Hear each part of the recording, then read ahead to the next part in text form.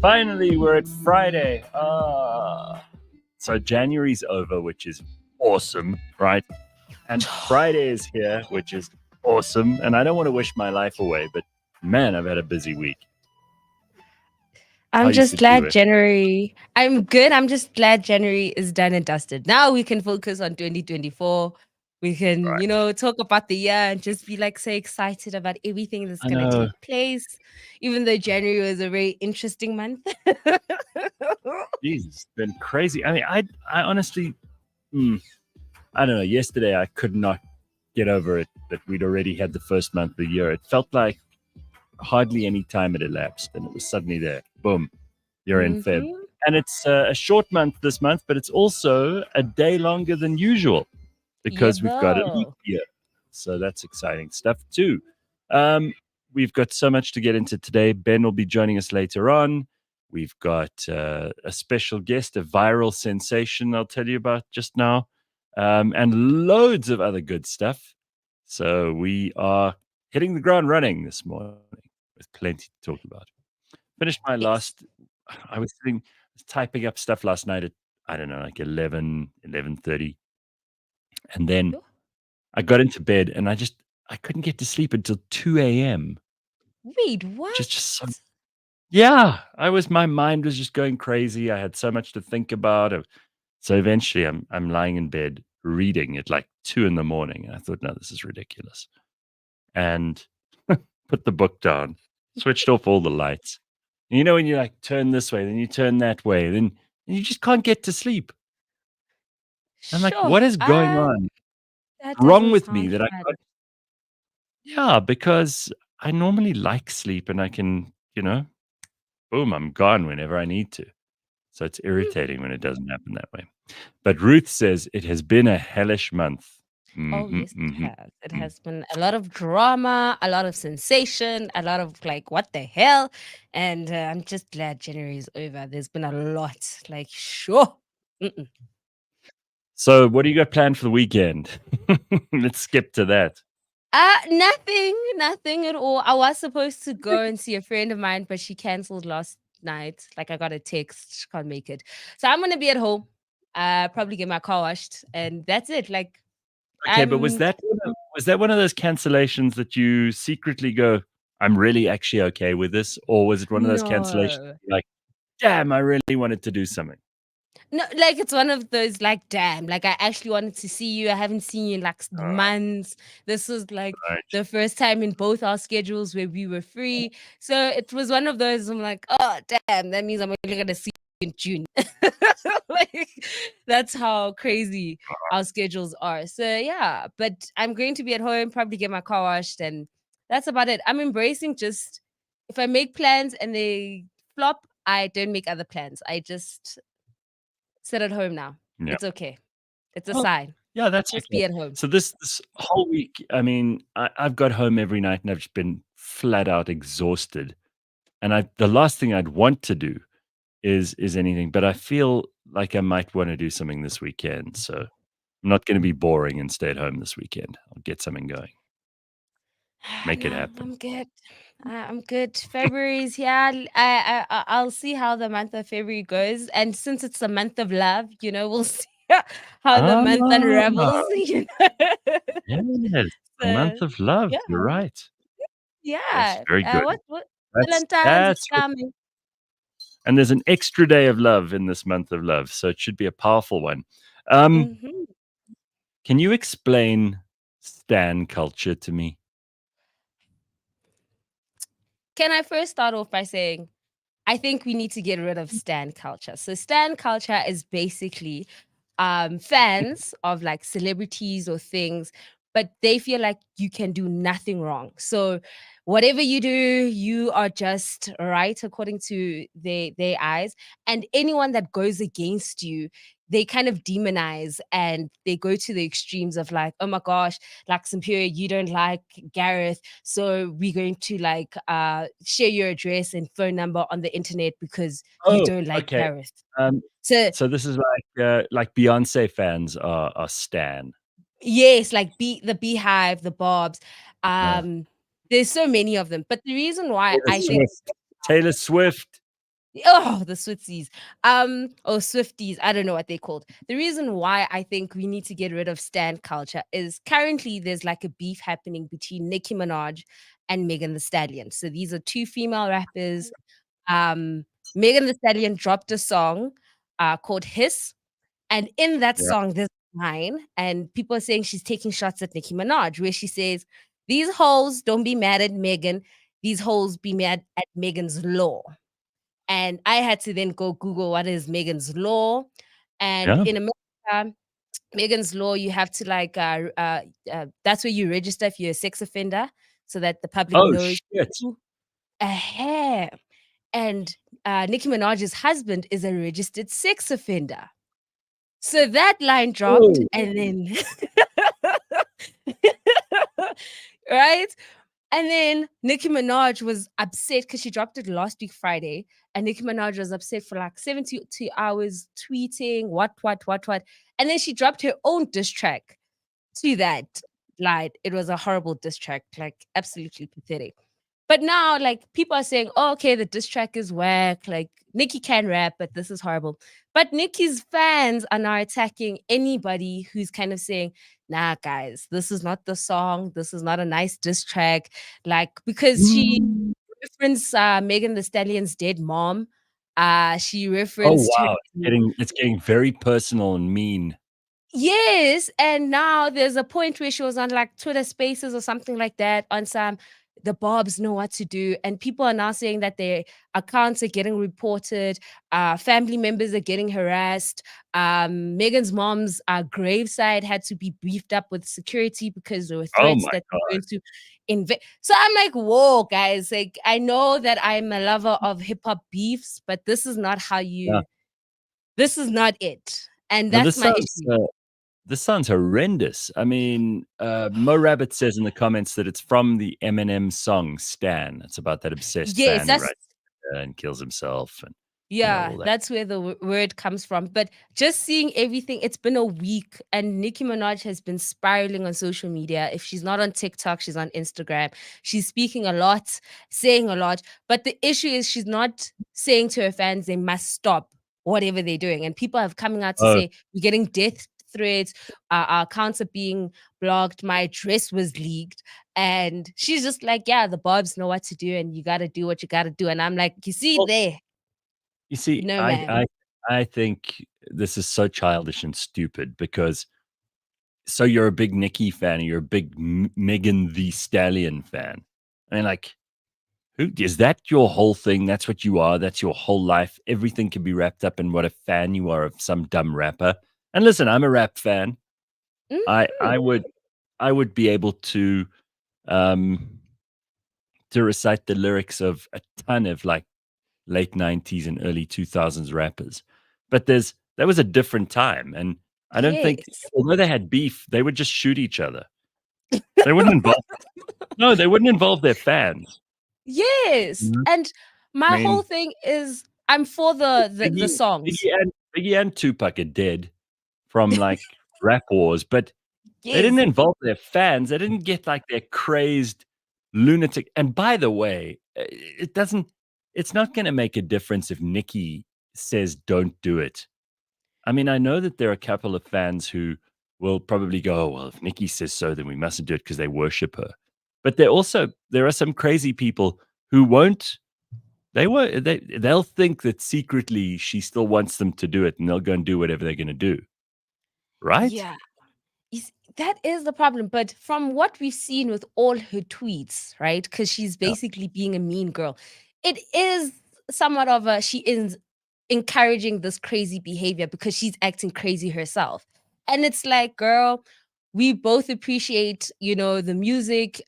Nicki Minaj, you can't take away her Mm. accolades and everything she's done in the game. All we said was get into the studio and like hash it out, like drop a song, which you did, and we all think it's trash. And now this is just too much. Like every other day, she's on a live talking about Megan, saying something about, and it's like, no. And then you encourage your fans to be like, because she also likes these crazy tweets, and we're like, mm-mm, this is where we now need to start drawing the line. There's things you can do and cannot do. The fact you guys want to go mess up her Mm. mom's grave, Grave, like outrageous. I just like no, don't do that. Don't encourage that behavior. But no, So, she's just like, Bobs, do what you gotta do. Just so no, you need to Carl, cancel that. Carl brings up something. This has been going around a little bit. That's really funny. Carl says the best part of all of this is at the same time, Ben Shapiro is currently the number one rapper on the planet Oh, on he was. Billboard. Well, I mean, it doesn't matter Um, because in the same week that this stupid shit's happening with these Stan fans, Ben Shapiro is a commentator and a podcast personality, effectively. He's got his own media business called The Daily Wire, but Ben is like a conservative yes. commentator. That's what he is. A celebrity and a personality in America, but very much on the conservative side. He's religious. He's Jewish. Um, he's very political, Mhm. and he's all about the facts don't care about your feelings and that kind of thing.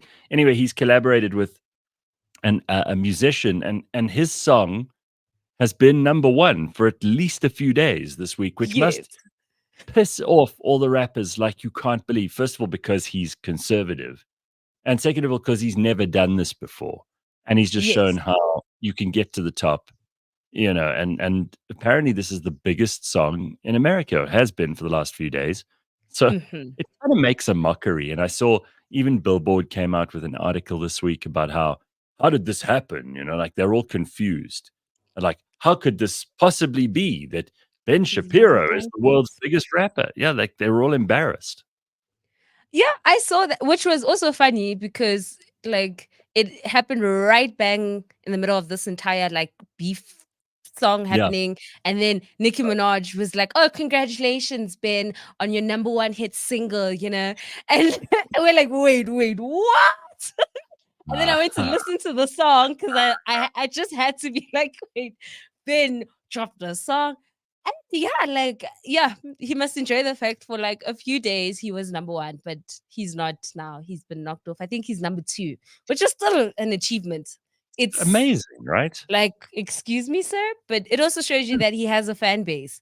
And all the people that Yes. have basically subscribed to the Daily Wire, because I follow Candace Owens and she's also part of the Daily Wire team. And Right. yeah, like, so it's just to show that in I think America, it's so anything funny. is possible. Anything's possible. And all these people who are so uptight and they think that they've cornered the market, you don't know what you're talking about. They're all amateurs. Everyone is an amateur now. There's no such thing as a professional, even in rap. And Oh, for those people who yes. think and for those people who think like rap is difficult, this kind of puts Mm. paid to that. And it's not really. I mean, I listened to the song. It's not a bad song. So it's not like a gimmick. It's actually it's cool. It's a cool song. I suppose that's why it's also got there.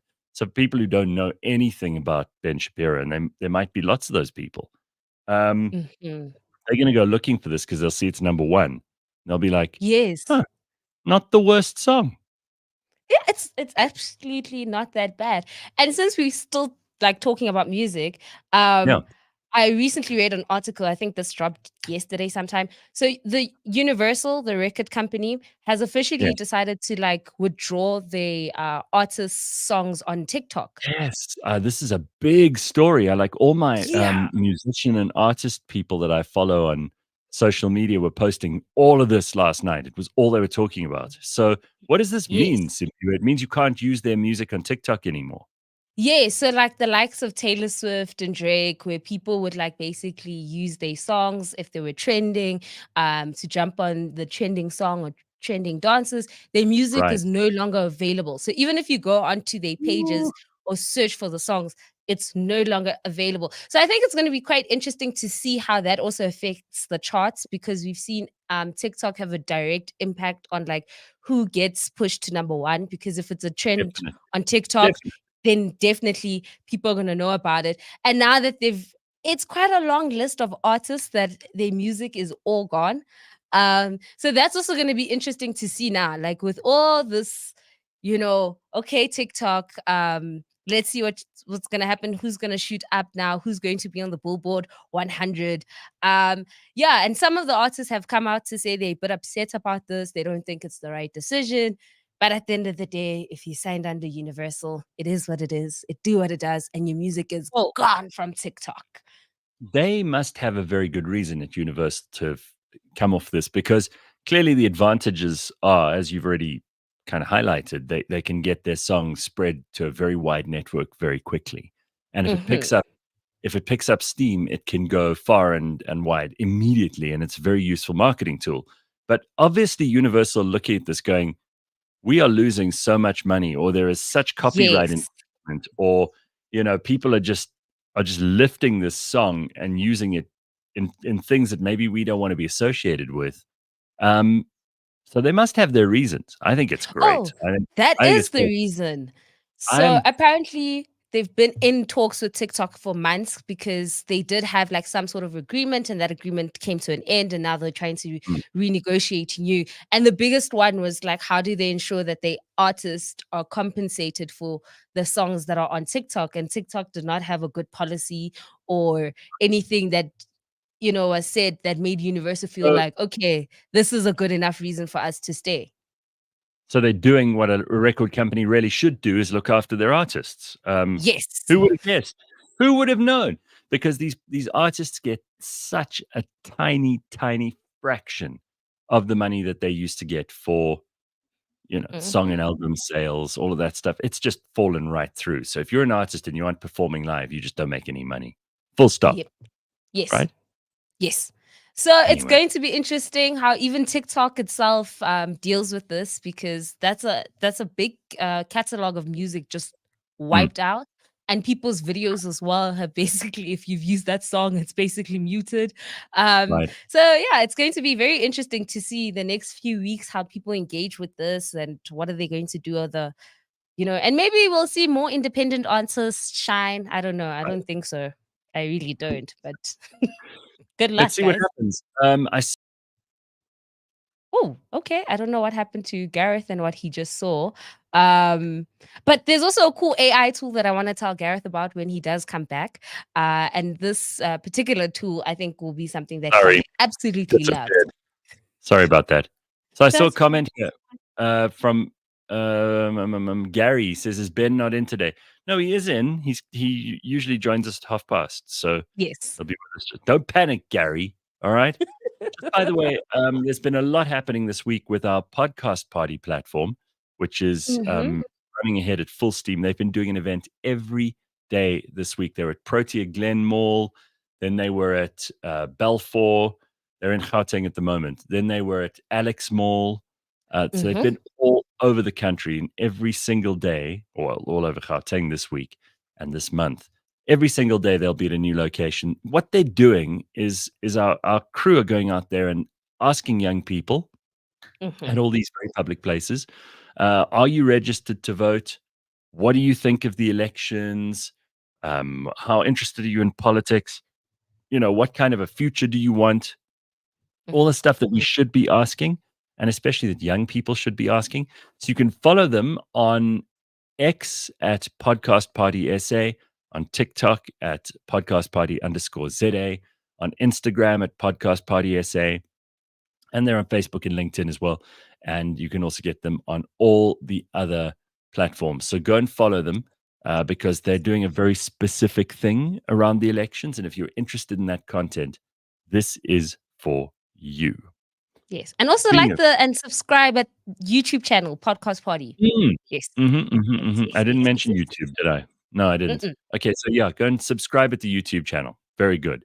Uh, Simpiwe, you have discovered some new AI tool. These things are coming out all Yes. the time. A lawyer friend of mine was going through a whole lot of AI tools in the last week or two, and he's like reviewing them for Mm. us on a group of friends. It's so great because he's doing all the research, and then we can just use whichever tool he thinks is the best. Some of it's just for fun, some of it's for work, but it's Oh, very cool. nice. So what have Okay. you found? So I found this one, and when I saw it, I thought of you immediately, Gareth. I was like, I think this might be a tool that you would like or recommend to other people who Yeah. either love history or are trying to, Ooh. get to know. history. So this particular AI tool is called mylens.ai.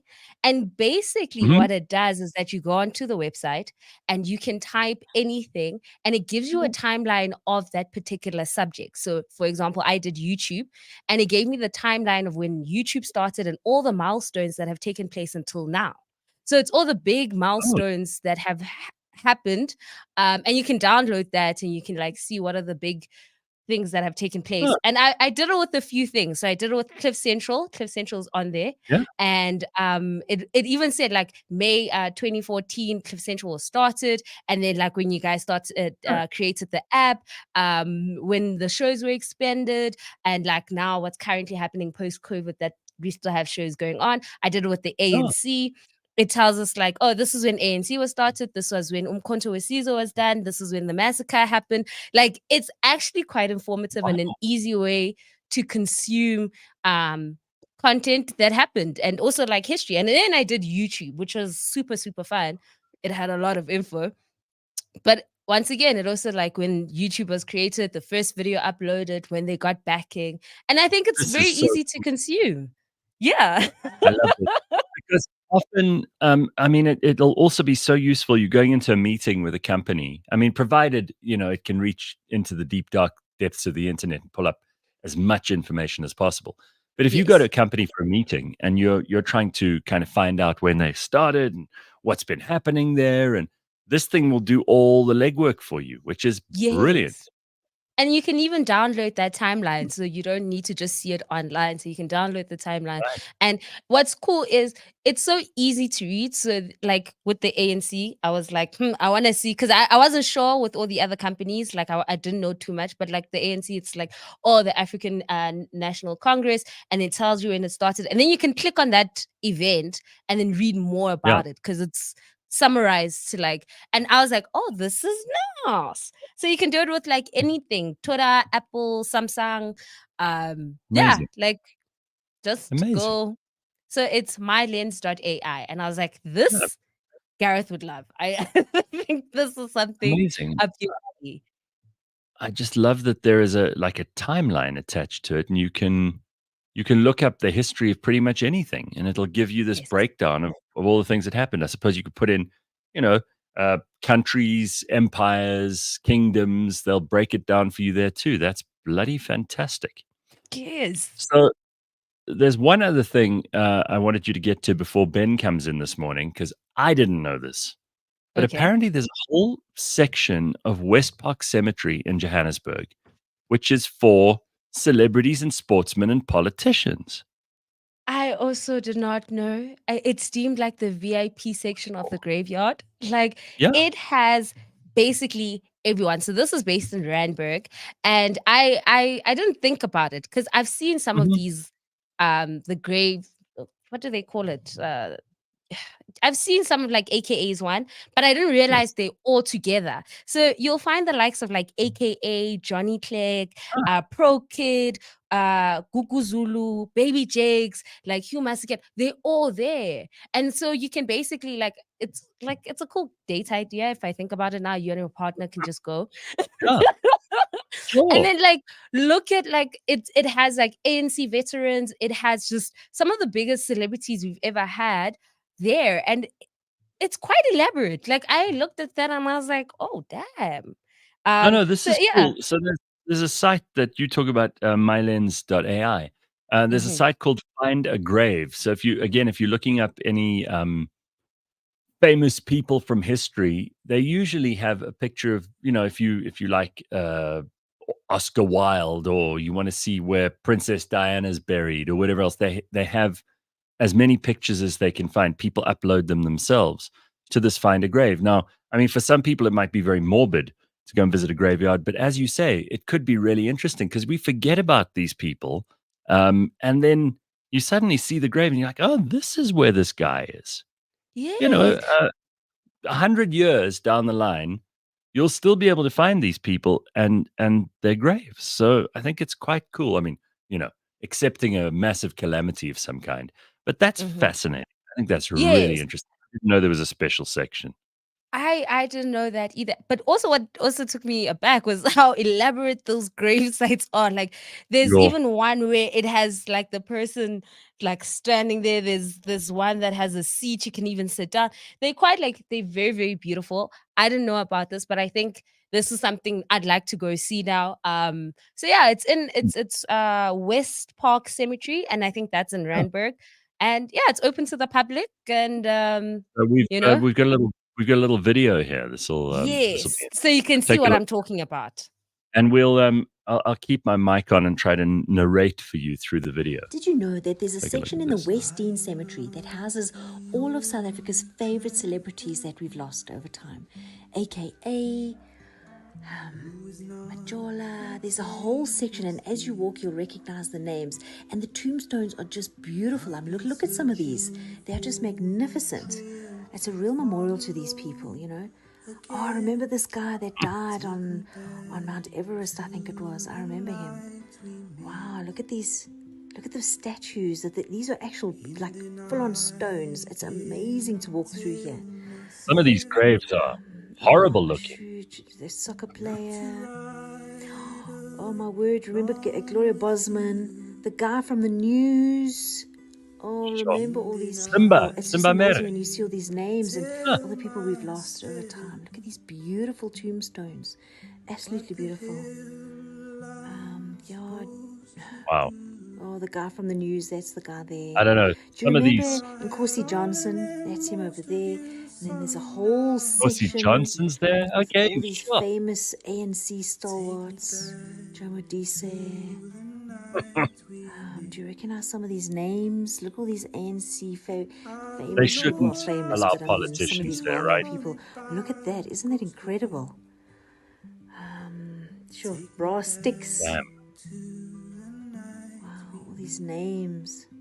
It is really special. I love walking through here. George Bezos, Okay. Beres Nadir. Oh, and there's Hugh Masekela. It's really such a special, and every year there's more names, but it's so peaceful. Oh, really? Every year there's more names? Oh, you mean people die? Huh. I love the way she doesn't really know like who some of these people are. She's like, there's shoes. She's not really sure. She's like, I think he's a football player. But man, some of those tombstones are horrific. I'm just like the elaborate. Like, why do we have a whole statue of a grown man? But hey, Yeah, yeah. and in color, it's like like a giant kind of what do they call those things? That like a pop-up banner almost of this Mm, person on the grave. It's yeah. just, but I mean, I think that's quite interesting. It looks like a very well looked after part of the graveyard, and I wonder what it costs to get in there and who decides who goes in, right? Because there's some Same here, politicians, right? there's some sports stars, celebrities. How does it And work? and it also seems like when you do if they do agree to bury that particular body, that the tombstone has to be extraordinary. It has to be last number because all of them were kind of just like these elaborate stones. And I was just like, oh, okay. So yeah. So that is the VIP section of the cemetery. Well, Slippery Pickle says, "Do you get that with a Kaiser Chiefs funeral plan?" Shani says, "My cousin visits the city for the first time. He goes to visit the cemeteries." Well, Oh. it tells you a lot about the city. You know, if you go to the cemetery, you can Okay. find out about you can find out all about what kind of a society it used to be, how much they care about themselves right now. Because you get a lot of these little towns and especially kind of small towns in South Africa where no one maintains any of that stuff. And it's a sign that the whole town is in decline.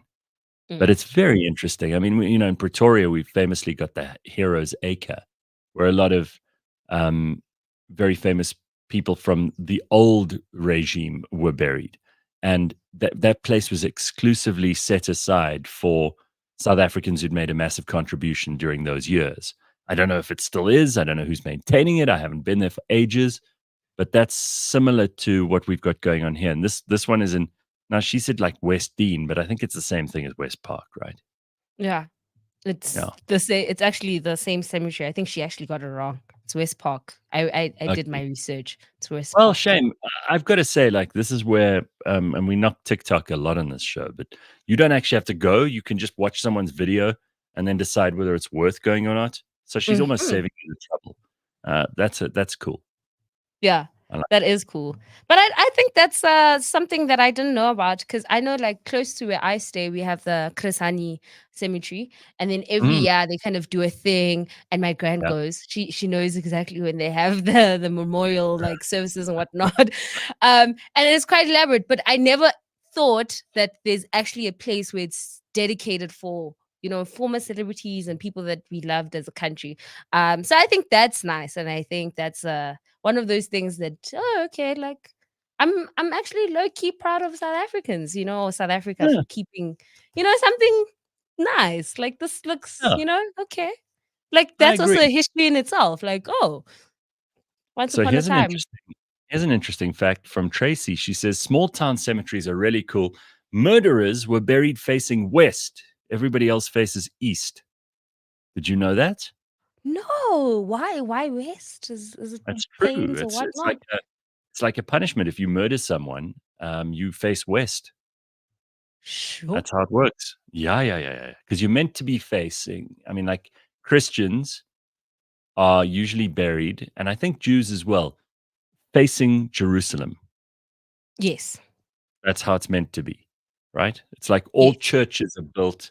Most churches are built, certainly up to very recently, so that the east of the church faces towards. I mean, not the east of the church, but the altar side of the church faces towards Jerusalem. So I think that's Mhm. quite a big deal. So if you're a bad person, you get buried the opposite way. It's like you're Your damned soul's for not the resting in peace. all eternity, right? It's not happening. You're not happy. You're not resting in peace. But that's interesting. I didn't know that. Hmm. I just knew about the Christian side of it. I think that's That kid amazing. just That's a walked kind of in. what is it? Ben? Yeah, it is What? Ben. Did I tell you he brought his trophy? I love it. What? His Oh, trophy. good work. Excellent.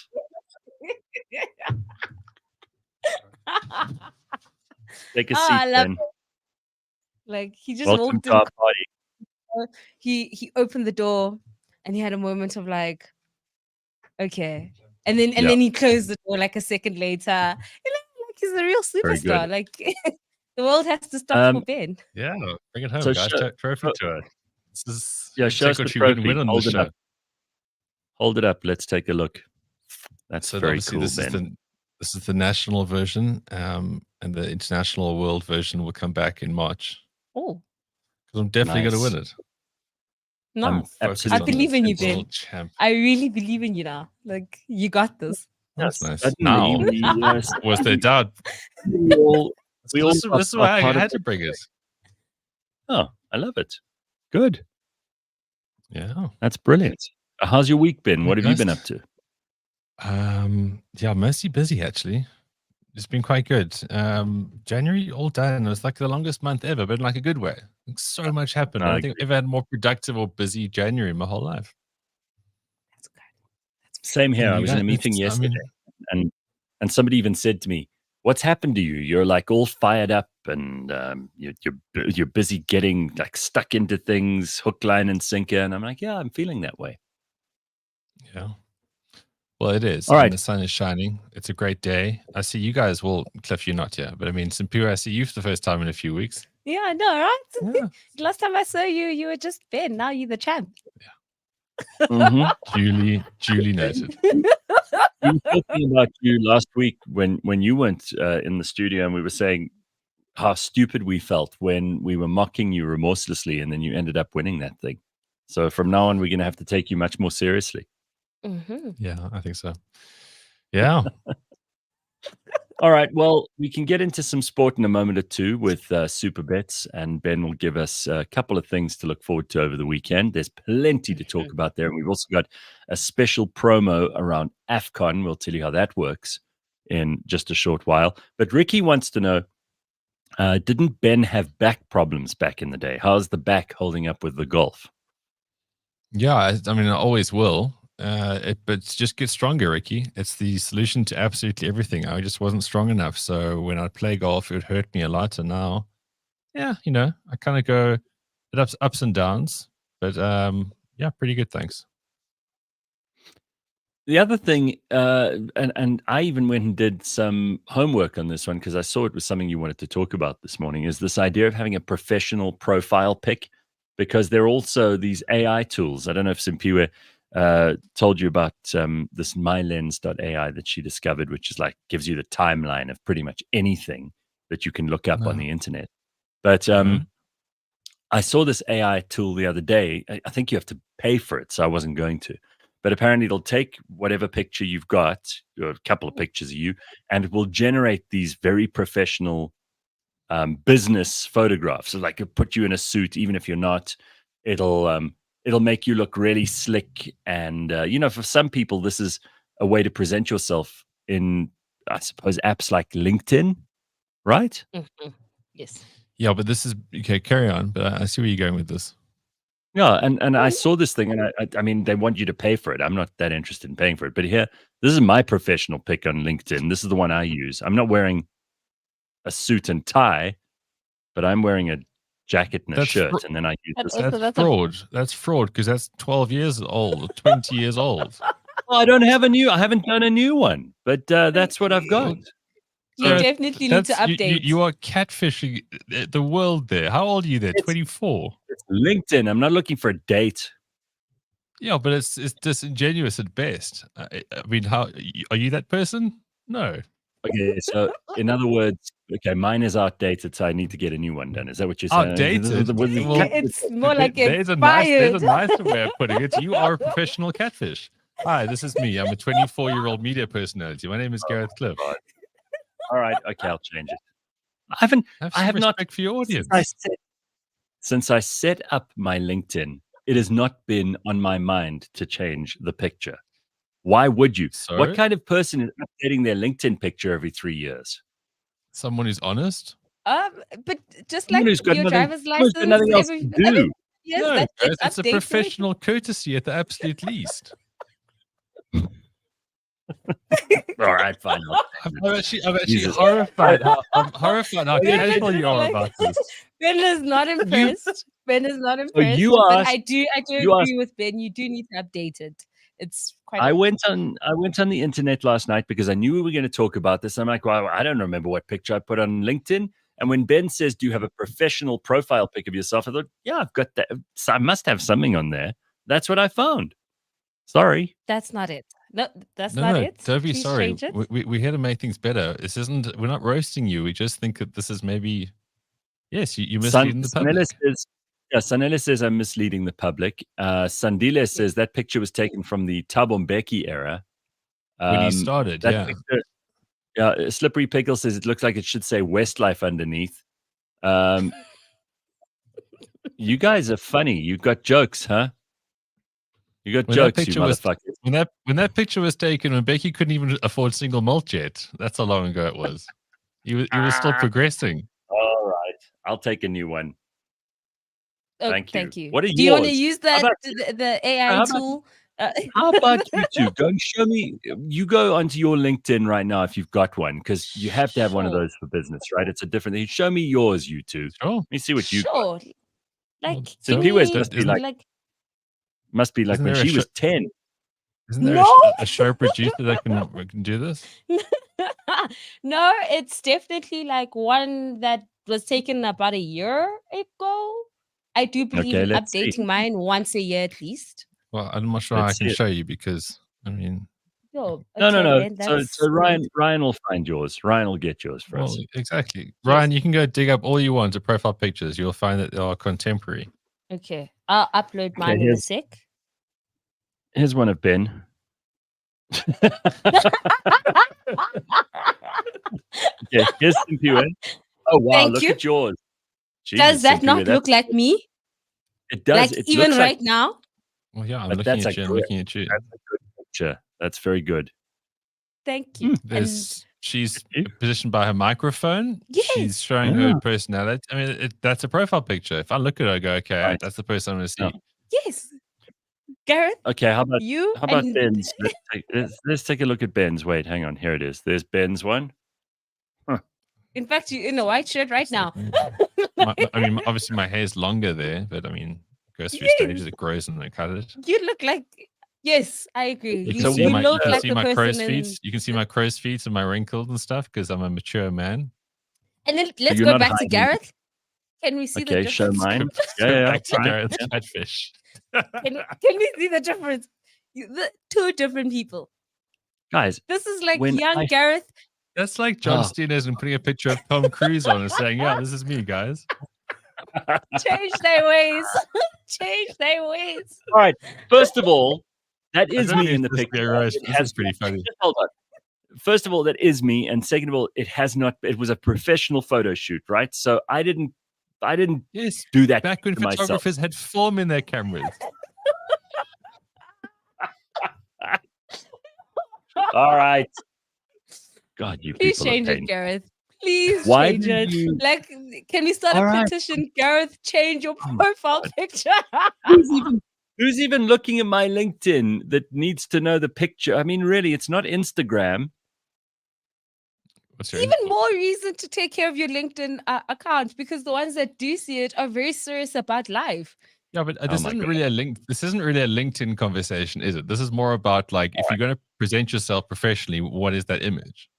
So, are you talking about, because I've been in the media business, so we used to have regular photo shoots where we would have publicity pictures taken because we often ended up in the newspaper, and in the days before the internet, people needed pics of you. So if you were going to Yeah. be at some event or you were going to be on a poster for a kind of you were emceeing something or whatever, then they needed to have a picture. So we used to do every couple of years, we would do a new photo shoot, a couple of different outfits. It was a real pain in the ass. It took like a whole morning. And then they arranged the lighting and they've got a makeup person there, and it's like proper showbiz stuff. But I haven't done one of those in, I don't know, 6-7 years. That's fine. You can still, with the advancements in smartphone technology, you can still get something together. I mean, right here in your studio, you're in good lighting, right? Mhm. You've got the Cliff Central banner behind you. You can literally just stand up, get someone to take a photo of you, And boom, and boom. that's it. We do It's we a do one slick- every day for the show. Whenever we've got anyone there, we do a picture straight after the show. And here you are still trotting out your 20-year-old self on LinkedIn. I mean, you make it worse for yourself. Right. All right, I get you. No problem. Do you have to look serious in your professional business photo? Well, if you're stuffing animals or if you, I don't know, you're accountant, depends on your career is. Yeah, I think because you're in the like media biz, it's okay to have something fun, not too serious, you know. Like, but I've seen other people that are like accountants and whatnot. They do the whole suit and tie. That's very important for them because that's what they wear every day, all day. I don't get paid to be a suit and tie person. So, I'm more of a t-shirt Okay. kind of guy. But So my profile picture is probably going to have that. mhm. So let us criticize Ryan, the producer's professional picture, because I don't think this is. I have a problem with it. This is not a professional picture. He's not looking at the Right. camera. It's not. Look at that. That's not a professional picture. Oh, but he has headphones on. No, I mean, it's not. It's Considering a that- good. No, hang on. It's a good picture, right? So don't get me wrong. It's a good picture and it's a great picture, Ryan. But for a business photo, for professional purposes, you should be looking at the camera and he shouldn't be like laughing his head off or whatever he's doing in that picture. Yes, you make No? a good point, Gareth. You make a good point. But you know what it is? It's recent. Jesus. All right, let's get into some sport. All right, it's time to find out what is happening in Beyond the Scoreboard. Some viewers loving this. Beyond the Scoreboard with Ben Karpinski. It's powered by Superbets. What do we have ahead of us this weekend? Ben, over to you. Well, guys, there's lots of cricket. And when I say there's lots of cricket, it's like I don't know what kind of cricket you like, but whatever it is, it's on. It's really, really on. So obviously SA20 has been a big deal and it continues to be so. The Durban Super Giants are just, they're the best. The Sunrisers Eastern Cape, also pretty good. Paul Royal's great. I think the most important thing to look out for is this battle for the last and final sort of playoff spot. So we've got MI Cape Town, who had a huge win last night against Pretoria Capitals. I think, it was just an absolute slugfest. 248 for 4 they got in their 20 overs at Centurion. I know Centurions are ground with lots of runs, but still 248 for 4 after 20 overs. That's huge. So you got them. And then you've got Joburg Super Kings have been mostly shite this whole tournament so far, unfortunately. They've either just been absolutely whittled out or there's been rain. But somehow these two teams could just get that 4th spot, which will be a huge leap for them. So it doesn't look so good for Joburg Super Kings, though, because as I said, MI Cape Town, big win yesterday. And now Joburg Super Kings have to play against the Durban Super Giants, which is obviously the best team. I don't see it happening. Hey, that's going to be the next match. And then MI Cape Town are playing Pretoria Capitals again on Saturday. So I think you're going to win that one.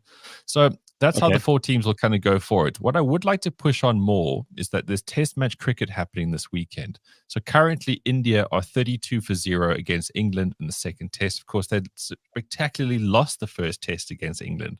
Yeah, they absolutely bottled it, which is quite something. And obviously when you play in India, very tough conditions. It's hot and sweaty bollocks all day. Plus, the pitch is going to be turning. It's just not easy. But England, to their credit, they won that first test. So that's something to look forward to. And then South Africa are playing a test match against New Zealand with Oaks that you probably have no idea who they are. And No, there's I won't. There's 8 Oaks have not even played. Like there's no caps, as in you haven't played for this team yet. That's what the squad took over there because everyone's playing SA20. And a lot of people will say, well, this is just a sham, it's disrespectful, it's Test cricket and all these kind of things. I think it's one of those great sporting moments where these Oaks are going over there. This game will start Sunday morning, South African time. There's zero expectation on them, right? How cool to be able to go over there, be a professional sports person with zero expectation. Okay, you're in New Zealand. It's going to be cold. There's going to be no one watching you. It's not that great. But how cool. So no matter what you do, you can only win. So there's a guy called Brandt who is he's the captain. I also didn't know about him until the selection. But then again, I'm not the biggest cricket fan that goes down into this. I'm sure he's got great pedigree. I'm sure he's there for a good reason. So that'll be Sunday morning. The unknown Proteas versus the kind of well-seasoned and pretty battle-hardened Black Caps. That's what they call themselves. And then closer to home, obviously, there's been the Under-19 Cricket World Cup that's been happening. I mean, what an incredible thing for this country, right? So Sri Lanka had it, but then Sri Lanka have got their own sort of turmoils that even go worse than ours, so it got taken away from them. And now all these kids basically come to play World Cup cricket. I mean, even East London had an entire pool. Like, there was 4 teams playing in East London. There was people staying in hotels in East London, not just me this week. Sure. It was really quite something. So the ICC Under-19 World Cup is currently in the Super Sixes stage, and the young Proteas kids are doing pretty well. They're in a pool with Australia, West Indies, Sri Lanka, England, and Zimbabwe. The top 2 teams from both Super Sixes pools go through and play a semi. So there's all those games to look forward to as well. But we must get into rugby because it is these 6 nations. Now, Simpiwe, do you know what the 6 nations is? No. It is a battle to find out who the 3rd best team in the world is. Because it's all the European teams. So we've got France, Ireland, Scotland, Italy, Wales. There's 6 of them. And unfortunately, last year, these Oaks all thought they were going to go to the World Cup and be like absolute top dog. Okay, Ireland had won the 6 Nations last year. They were the best ranked team in the world. France, they didn't win the 6 Nations, obviously, because Ireland did. You can get one winner in sport. But both of those teams went through from the 6 Nations thinking, this is it. Yes. Even England have been quite shite in the 6 Nations recently. I think since 2020, the only teams they've beaten are like the no-hopers, like Italy, bit of Wales here and there. But the interesting thing about this is that Ireland don't have Johnny Sexton. Johnny Sexton has been the mainstay of that Irish team. All the success has been built around him. France do not have Anton Dupont, because he wants to be an Olympian. So this year he's only going to play 7s. It's quite a ballsy call. And then England don't have Owen Farrell, who's their captain. He's their fly-off. He's the most experienced guy in the back line. So there's like the 3 biggest teams don't have their 3 biggest playmakers. So it's also the new cycle of a new World Cup 4-year cycle. Sorry, start of a new World Cup cycle. And all these teams are going to be rather fresh-faced and experimental. Particularly Wales, who've mostly got just young Oaks, but they've got Gatlin back, who's a really good coach. Italy, they'll have the best tattoos. And I think it'll kind of end there. And then Scotland have got Finn Russell as their captain. He's that really kind of charismatic playmaking fluff, so he's captain. So we've got all these new things coming into this, but ultimately you're still going to think France and Ireland are going to be your favorites. So that game actually happens tonight. So really, right off the bat, 10 o'clock, France versus Ireland. Both of them probably still having a sulk after the World Cup exits from the All Blacks and South Africans. But that is the game of the weekend, Friday tonight, 10 o'clock. Then tomorrow we've got Italy versus England. So look for England to win that one. Because as I told you, Italy probably got good tattoos and that's about it. And then 6:45, Wales versus Scotland. So if you are looking to have a little to play on super bets this weekend, as I say, the multipliers are pretty fun there. France, Ireland, France are notoriously slow starters, and I think Ireland are quite well organized. So go with them there. England over Italy, and I would say, sure, Wales versus Scotland. You're going to have to think that Scotland are going to go with that. So I see the favorites happening there, but it's going to be very, very interesting. In the football, of course, it is AFCON. It is the quarterfinals. Can I tell you, I was not interested in AFCON. And then Bafana won. Well, nobody was. Simply. We don't try to act like you were the outlier to this. None of us. I mean, this is a big about face. I mean, we don't give a shit about Bafana because we just expect the worst. And then what do? They actually go and win a couple of matches, and now suddenly the whole of South Africa is like, yeah, we were always behind you. So Simpiwe is at least being honest. Everybody else is lying. All these people who say to you, oh no, we've been supporters from the start. Liars. Absolute liars. And you know, their first game, they lost to Mali 2-0. Yes. So you thought, okay, well, it's done for them. I say right. Deja lose. I say right. I don't remember because guess what? I wasn't watching. And it was like, okay, well, same again, whatever. And then this is what happens, guys. You've just got to be a winner in life. Don't expect anything else in life. Nobody will care about you unless you've won. No. Yes. We've seen it now with Drickus as well. Everyone is a UFC MMA fan. Everybody. Even when he was really good and we were still talking about him here, people were like, I don't care. It's like stupid sport. Now that Oak's got a belt, everybody wants to be around him, right? Everybody. The Springboks. They went through a stage where they were 7th in the world and no one really actually cared about them. World Cup finalists, World Cup winners, best Oaks in the world. So just be winners, guys. And I really hope that Bafana can go through here. So to go through the quarterfinals, we've got Nigeria versus Angola at 7. That's tonight. We've got the DR Congo. That's the Democratic Republic of Congo, not trained doctors. They'll be taking on Guinea at 10 o'clock tonight. And then Saturday, we've got Ivory Coast versus Mali at 7. And then Cape Verde versus South Africa at 10 o'clock on Saturday. So we've got late games. But I mean, I think it's going to be absolutely worth it. Cape Verde, of course, is a small island, is it not, Gareth? Yes, that's correct. Tiny little island. Tiny little island. But these Oaks don't be fooled by the fact that they're just a piece of land off a continent. They're very, very good.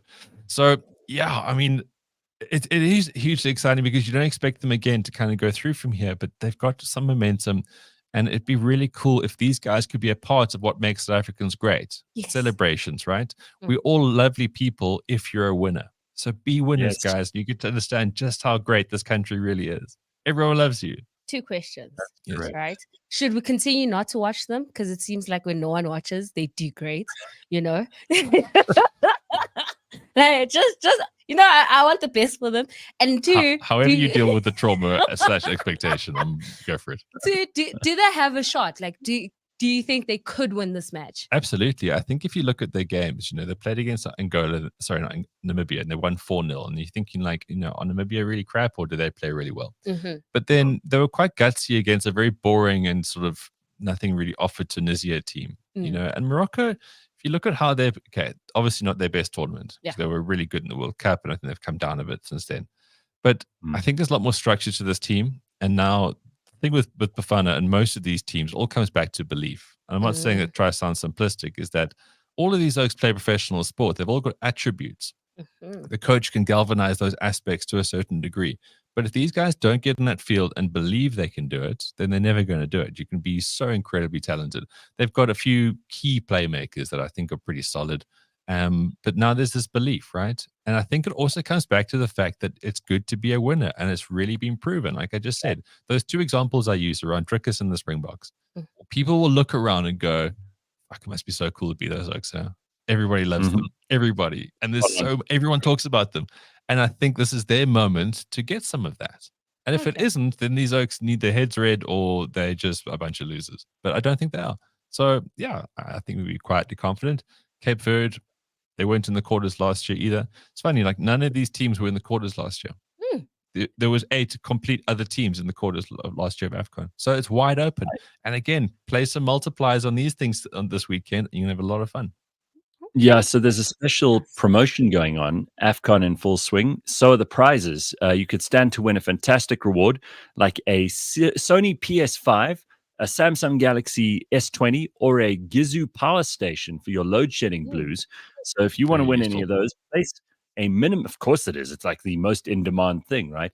Simply place a minimum bet of only 30 Rand on any AFCON market, and you could be the lucky winner of one of these incredible prizes. Get to betwith.superbets.co.za/AFCON 2023 for more info and the T's and C's. You could just find the link if you don't want to like write that down because you're driving a car or something.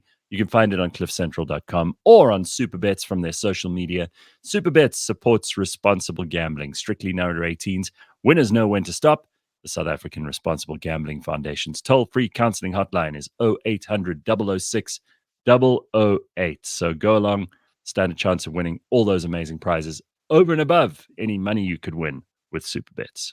Cool, huh? And when Gareth says AFCON markets, of course, you can bet on Bafana to win. You can bet on the outcomes of all the things together as a multiplier. You can bet on goals scored. There's a variety of things you can do there. We must quickly wrap it up with the English Premier League, which is back. Ooh. Took a bit of a break. There was games this week. Oaks Didn't are pulling Chelsea lose? double shifts. Okay. Actually, I'm trying to get excited about the last thing here, and you're like, yeah, that Oak, did he win? Did he lose? I can tell you this much, Simpiwe. If you want to get a recap of where the log is right now, Chelsea are not in the top 5. Okay. So let's just go with them losing, intermittently. Liverpool are the best. They got 51 right now. Man City got a game in hand, and they are 5 points behind at 46. Then we got Arsenal also on 46, and then Aston Villa and Spurs on 43. So that's where the top of the who's who are currently right now, not Chelsea. Tomorrow, Everton will be playing Spurs at 2:30. Newcastle versus Luton, who've been quite problematic to teams of late, I must say, of Luton. That'll be at 5, and then Sheffield United will take on Aston Villa, who also need to try and get back to winning ways. That's at 7:30.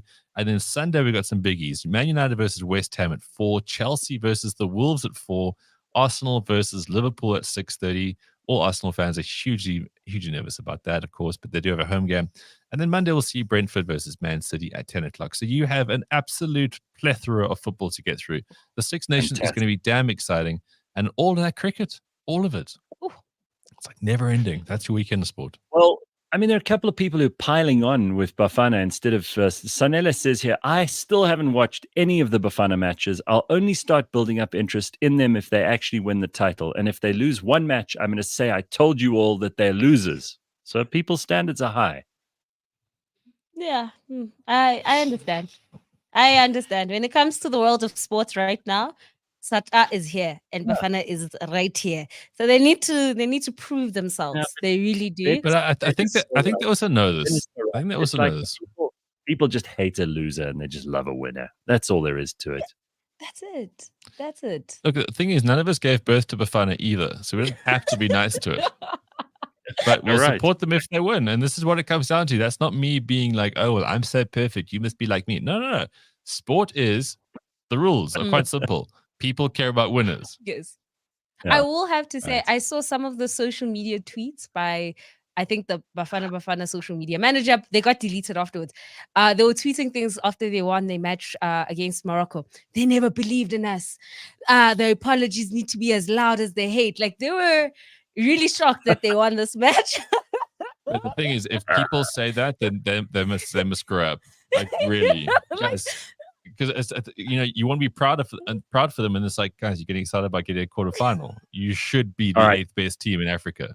You should be. Listen, we got to take a break. We'll be back with more. Ben is with us for the next half hour, and we've got a special viral sensation at 7:30 and plenty more. I was on the on WhatsApp to George Borgmini yesterday, who is traveling all over the world, which is why he hasn't been on the show yet.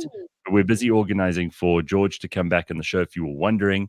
Ben even sent me a concerned message this week to say, what's going on with George? So I had to find out. We had a meeting yesterday and we found out, and George will be joining us soon. Okay, but he's not on today, so don't count your chickens. All right, got it? Yeah. All right, we'll take a quick break. We'll be back in just a moment. Don't go anywhere. CliffCentral.com. This week on the Auto Trader podcast. If you are seeing this for the first time, you're too late. Probably for the next couple of years, because every Toyota fan is probably going to want. This is the one to have. It's on the waiting list. I'm sure this, or there's the 70 series. Received its first updates in how long, and it's getting that 2.8 GD6 diesel from the Hilux and Fortuner. So the 70 series, those are the Buckies, right? Those are like the old ones had a 4.2 non-turbo diesel, which was pop. Yeah. Well, this is going to be a big upgrade for guys, and I think it's going to make the car even more popular than it already is. Catch us every Monday at 9 a.m. on YouTube and on autotrader.co.za.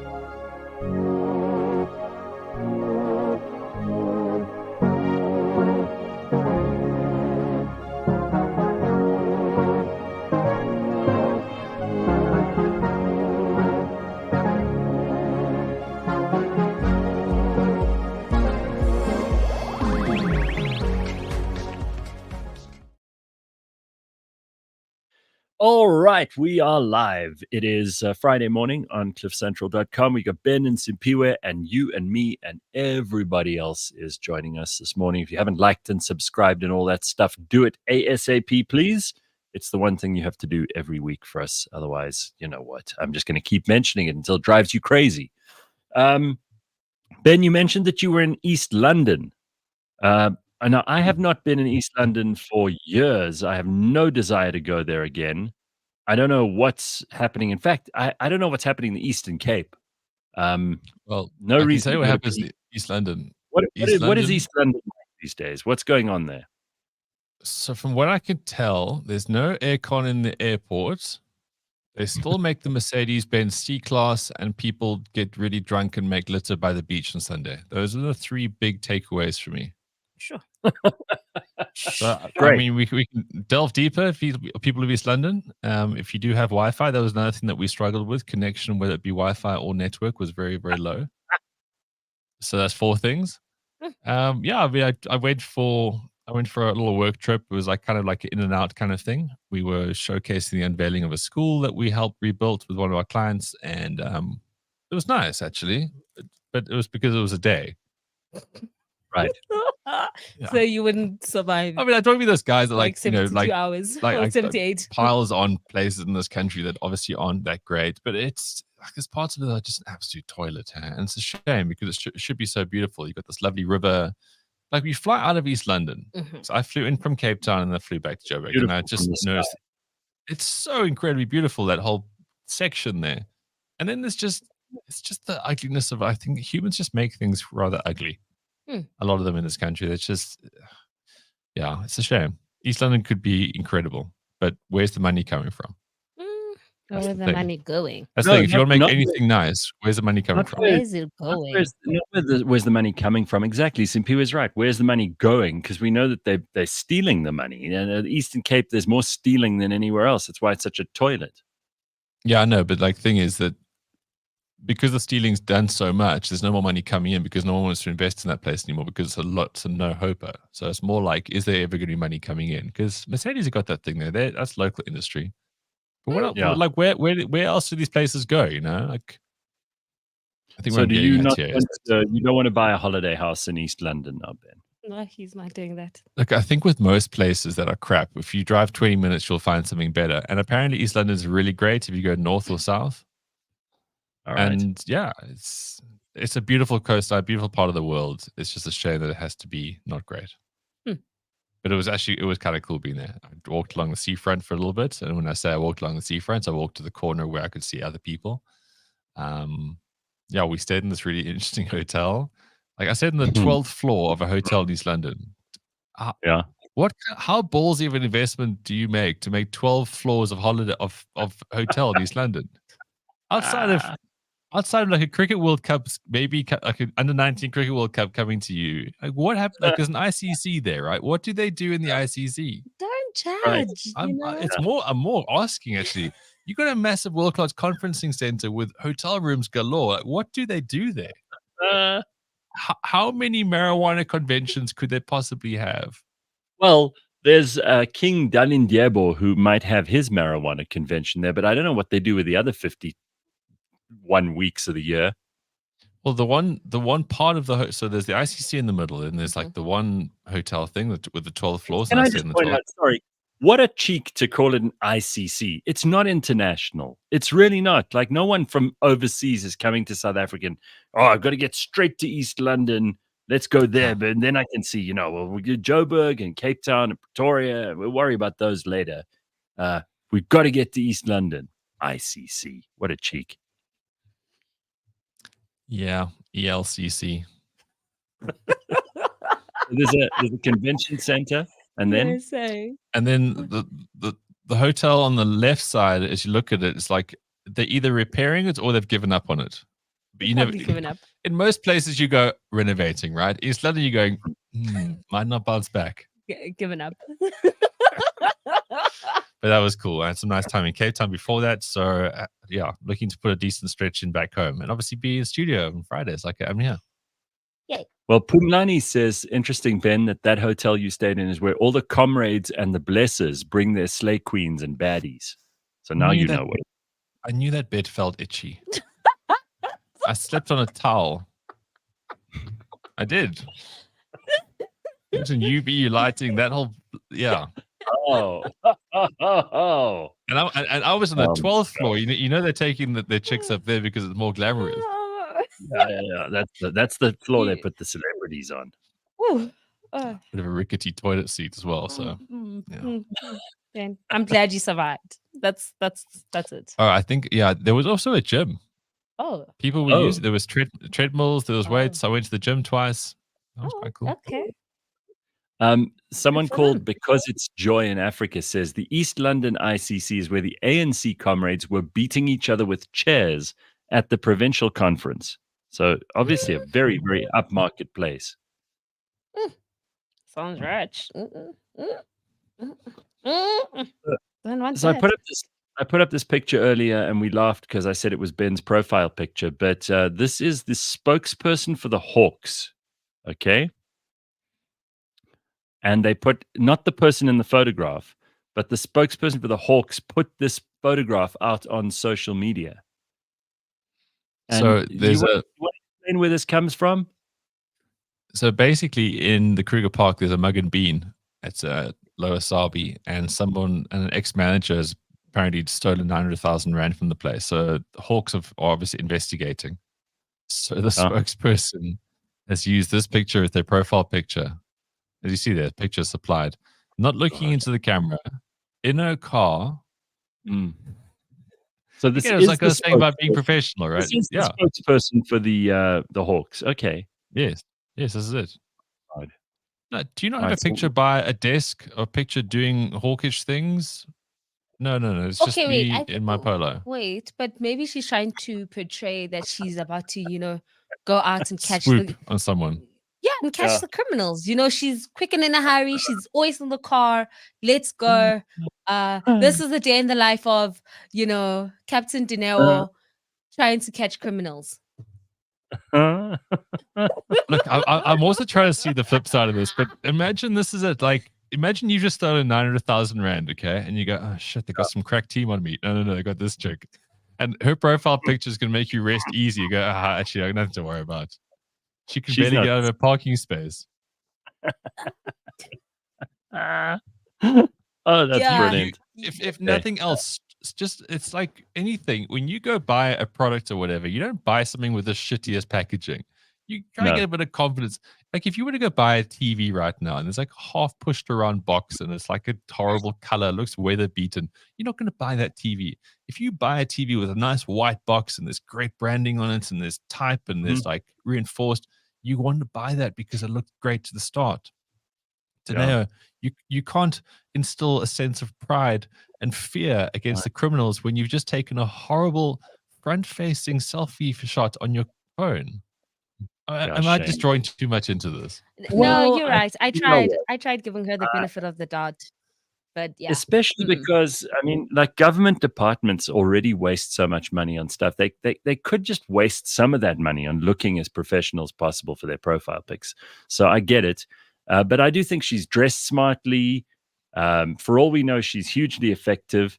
But I agree, like the style of the photograph is no good, right? I mean, she looks terrific. She's clean. She's decent. She's turned out well. She's wearing a nice little jacket. She's got a hawk scarf there around her neck, but not a very professional photo. I would rather go with Ryan's LinkedIn photo than that, and that's saying something. Yeah. In this context, yeah. Well, something to think about for all of us here. How do we portray ourselves in a picture? Have they found the person? What are you trying to? Have they found the person who stole the 900,000 rand? No, Danelle is still working on the lighting of her selfie cam. She's still trying to find a way of actually looking into the camera. Unbelievable. Funny story. Sorry, last little story about that. When they actually first broke the story, they used the wrong picture of the accused. So they had to issue an apology. Yo, this is going downhill. They put some innocent person out there and said this is a crook. Yeah. And then they found the real. They found the real crook, and they were just wearing similar shirts. So I thought, that's him. Now that's embarrassing. Oh, that's. There's some person running around Mpumalanga at the moment, and they're just trying to dodge the police, but they've done nothing wrong. It's just that their picture is out there, and everybody thinks they're the crook. If they had a better profile picture, they wouldn't be lumped in with someone else. Can you imagine, like, if the family saw that, and now they're like, okay, so what happened to the 900,000? I don't have it. Like those conversations, like, dude, like, so true. And then he's like, I promise you, I don't have this. At the moment that person does well at anything, they'll be like, now we see that money. Now we see that money. If she didn't share with us. Right. We didn't call Janeo. We could have called Janeo and bust you. But no. Oh man, that is your shame. Don't want to live with that. I saw a rider because there's a concert in Joburg this weekend. Maroon 5 are around, and Keen and a bunch of others. And I just suddenly thought about these riders. So listen to this. This is Steve Aoki. He's a DJ, right? Mm-hmm. Steve Aoki. You want to know what's on his rider? Sure. Yeah. So here it is. For his single short set, somebody has to be tasked with the following: getting him 6 pairs of Calvin Klein boxer briefs, multicolored, no black and white. How much of a child are you? You can't get your own underwear. Exactly. Then he wants 1 pair of compression socks, a size 9 men's. Compression socks, aren't those for people who have like varicose veins? runners seem to like it as well. And people who go on long flights have to wear those compression socks. Okay, I don't understand. Last I checked, wasn't the rider supposed to be just a whole lot of alcohol? Yep. Like, why we Something to make you feel buying- comfortable about your performance, right? Right. So he But also dude, wants dress yourself. one- I mean, come on.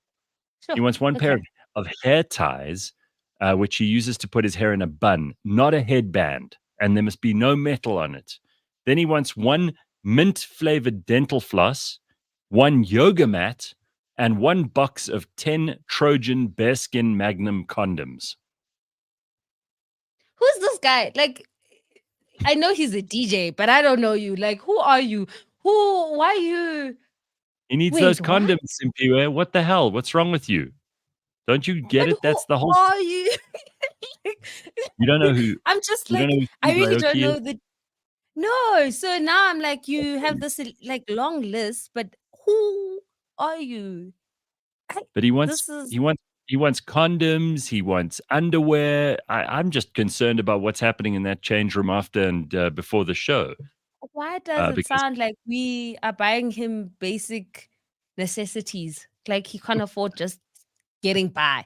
Yeah, I don't know this guy, but like he just seems like what? Like is the rider supposed to take care of him? Like next minute he's gonna drop a list of toiletries like for the month. Well, what's happening here? No. So just get your alcohol and be happy, or water. It's quite a weird concept. Or maybe it's just an age thing. But like if you're in your 20s or whatever, this is a novelty factor, right? Because you say this and people will do this and you think, oh, this is so cool. How much of a prick have you still got to be that? I mean, that looks in his 40s, probably early 50s. How much of a just a douche are you got to be that you still want people to do this for you? Like you can afford all of those things, and you probably got staff that can maybe run some errands for you, whatever. But no, you must realize how important I am by going to go buy me condoms. Like, how much of a creep actually are you to think that some 22-year-old intern girl is probably going to have to go and buy you condoms? Absolutely. And I'll tell you what, he does have a staff and he's got an entourage. He's probably got, I don't know, 20 people who they have to fly with him everywhere, even though he's a DJ. He's probably playing pre-mixed stuff. So he doesn't even have to, he just has to stand there and pretend he's DJing. And this guy he'll have 20 people with him, and he still expects the people at the other end, the concert organizers, to arrange this ridiculous rider of his. And you've got all this money. No. So, you know, like plebs, when they, like us, they go to maybe like an event. I remember Sia used to go to all these events. I mean, he would go to the opening of an envelope, obviously. But the goodie bag at the end was a cool thing because it justified you giving your time to whatever the cause was. Yes. And goodie bags were kind of cool because as you get home, you go, oh, one of those things. That's quite nice. Oh, hey, I didn't think about that. Or now I have one of these. Like maybe a Stanley Cup gets thrown in. Right. But that is when you are young in an industry or something, and it's a cool novelty factor. Yeah. Surely this guy's grown out of that. Free shit. Like he wants free shit. He wants you to buy him 6 pairs of underwear just for him to come and do his show, his set. No. Yeah, I'm kind of put off. Like I would have maybe want to watch him live one day, someday, if I ever heard a mix of his. Now I'm like, knowing this now, I'm just like, yeah, who bought you that underwear? You're a grown man, but you can't buy yourself underwear. No. no. But since you guys are talking about clubs, this happened. Yes. Go on. No, you go. Oh, like so a couple of weeks ago, it's quite an old story, but I'd like to get your guys' thoughts on this about like clubs, and if you in a club, should the waitress or waiter kind of tell you beforehand how much a drink is, right? Or whatever you ordered, how much that costs. So Anele in December went out clubbing in Cape Town, met a group of her friends there already at the club, and she kind of created a separate bill. She asked for 2 champagne bottles and daughter. Yes. I saw this on YouTube. So she shares the story, like she asked for 2 champagne bottles and a bottle of tequila. So the waitress is like, is it 1982? She's like, do you want a 1982 bottle? And Nella's like, doesn't matter. It's like 2 a.m. in the morning. Like, I just want a bottle of tequila. Now it's like 4 in the morning. They're about to leave. She sees the bill and it's about 20,000. And she's like, when does champagne get expensive? just for her to see that the bottle of tequila was 16,000. Right. And right then and there, she was like, wait, why didn't the waiter tell me how much this bottle is when she suggested it?